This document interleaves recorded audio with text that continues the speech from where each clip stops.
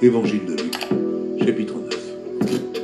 Jésus, ayant assemblé les 12, leur donna force et pouvoir sur tous les démons, avec la puissance de guérir les maladies.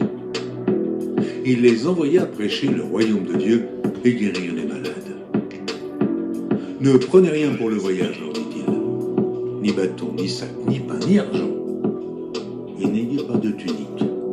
Dans quelque maison que vous entriez, restez-y, et c'est de là que vous partirez. Et si les gens ne vous reçoivent pas chez eux, alors sortez de cette ville et secouez la poussière de vos pieds en témoignage contre eux. Ils partirent et ils allèrent de village en village, annonçant la bonne nouvelle et opérant partout des guérisons.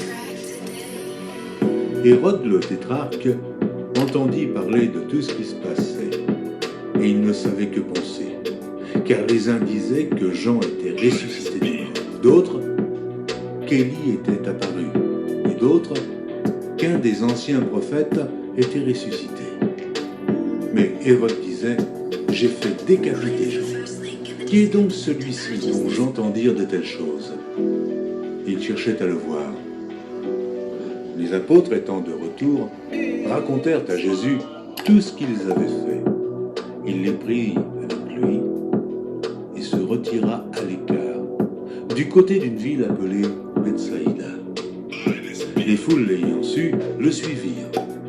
Jésus les accueillit et il leur parlait du royaume de Dieu. Il guérit aussi ceux qui avaient besoin d'être guéris.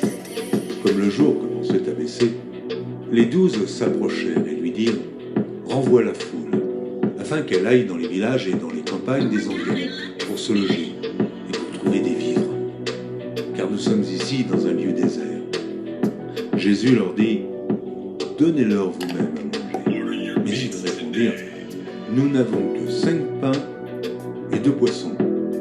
À moins que nous n'allions nous-mêmes acheter des vivres pour tout ce peuple. » Or, il y avait environ 5 000 hommes. Jésus dit à ses disciples, « Faites-les asseoir par rangées de 50. » Ils les firent tous asseoir. Jésus prit les 5 pains et les 2 poissons, et, levant les yeux vers le ciel, il les bénit. Puis, il les rompit et les donna aux disciples afin qu'ils les distribuassent à la foule. Tous mangèrent et furent rassasiés, et l'on emporta 12 paniers pleins de morceaux qui restaient. Un jour que Jésus priait à l'écart, ayant avec lui ses disciples, il leur posa cette question. « Qui dit-on que je suis ?» Ils répondirent Jean-Baptiste. Les autres, Élie. Les autres, qu'un des anciens prophètes est ressuscité. Et vous, leur demanda-t-il, qui dites-vous que je suis? Pierre répondit, le Christ de Dieu. Jésus leur recommanda sévèrement de ne le dire à personne. Il ajouta qu'il fallait que le Fils de l'homme souffrit beaucoup, qu'il fût rejeté par les anciens, par les principaux sacrificateurs et par les scribes, qu'il fût mis à mort, et qu'il ressuscita le 3e jour. Puis il dit à tous, si quelqu'un veut venir après moi, qu'il renonce à lui-même, qu'il se charge chaque jour de sa croix, et qu'il me suive. Car celui qui voudra sauver sa vie la perdra, mais celui qui la perdra à cause de moi la sauvera.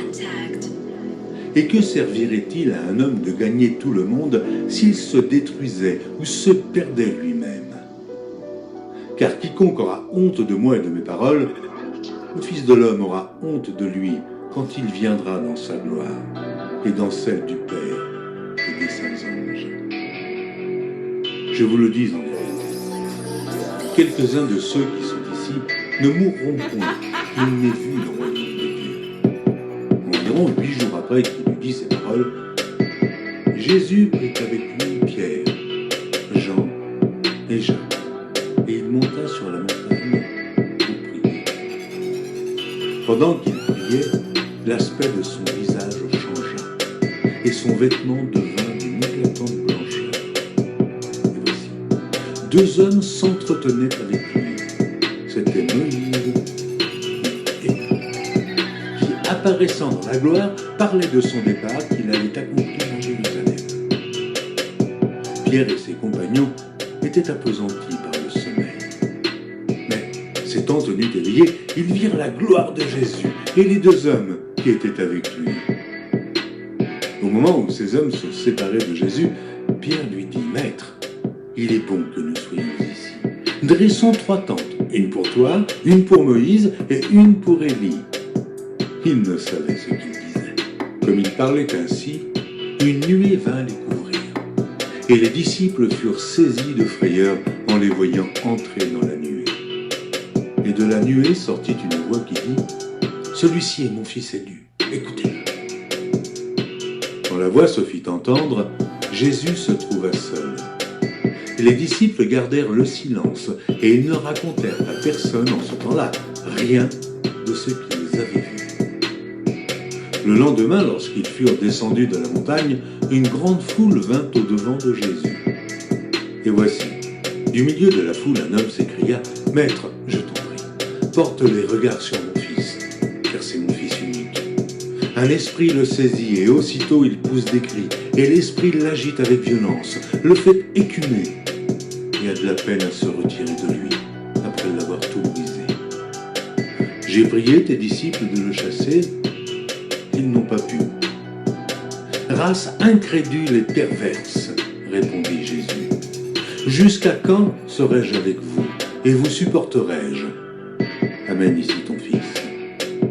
Comme il approchait, le démon le jeta par terre et l'agita avec violence. Mais Jésus menaça l'esprit impur, guérit l'enfant et le rendit à son père. Et tous furent frappés de la grandeur de Dieu. Tandis que chacun était dans l'admiration de tout ce que faisait Jésus, il dit à ses disciples, « Pour vous, écoutez bien ceci. Le Fils de l'homme doit être livré entre les mains des hommes. » Mais les disciples ne comprenaient pas cette parole. Elle était voilée pour eux, afin qu'ils n'en eussent pas le sens. Et ils craignirent de l'interroger à ce sujet. Or, une pensée leur vint à l'esprit, savoir lequel d'entre eux était le plus grand. Jésus, voyant la pensée de leur cœur, prit un petit enfant, le plaça près de lui et leur dit, « Quiconque reçoit en mon nom ce petit enfant me reçoit moi-même, et quiconque me reçoit celui qui m'a envoyé, car celui qui est le plus petit parmi vous tous, c'est celui-là qui est grand. » Jean prit la parole et dit, « Maître, nous avons vu un homme qui chasse des démons, et nous l'en avons empêché, parce qu'il ne nous suit pas. » « Ne l'en empêchez pas, lui répondit Jésus, car qui n'est pas contre vous, mais pour vous. » Lorsque le temps où il devait être enlevé du monde approcha, Jésus prit la résolution de se rendre à Jérusalem. Il envoya devant lui des messagers qui se mirent en route et entrèrent dans un bourg des Samaritains pour lui préparer un logement. Mais on ne le reçut pas, parce qu'il se dirigeait sur Jérusalem. Les disciples, Jacques et Jean, voyant cela, dirent, « Seigneur, veux-tu que nous commandions que le feu descende du ciel et les consume ?»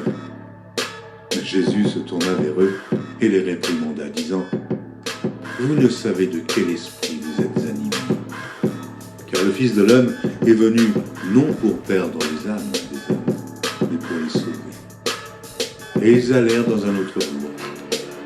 Pendant qu'ils étaient en chemin, un homme lui dit, « Seigneur, je te suivrai partout où tu iras. » Jésus lui répondit, « Les renards ont des tanières, et les oiseaux du ciel ont des nids, mais le Fils de l'homme n'a pas un lieu où il puisse reposer sa tête. » Il dit à un autre, « Suis-moi. » Et il répondit, « Seigneur, permets-moi d'aller d'abord ensevelir mon Père. » Mais Jésus lui dit, « Laisse les morts ensevelir leurs morts, et toi, va annoncer le royaume de Dieu. » Un autre dit, « Je te suivrai, Seigneur, mais permets-moi d'aller d'abord prendre congé de ceux de ma maison. » Jésus lui répondit, « Quiconque met la main à la charrue et regarde en arrière n'est pas propre au royaume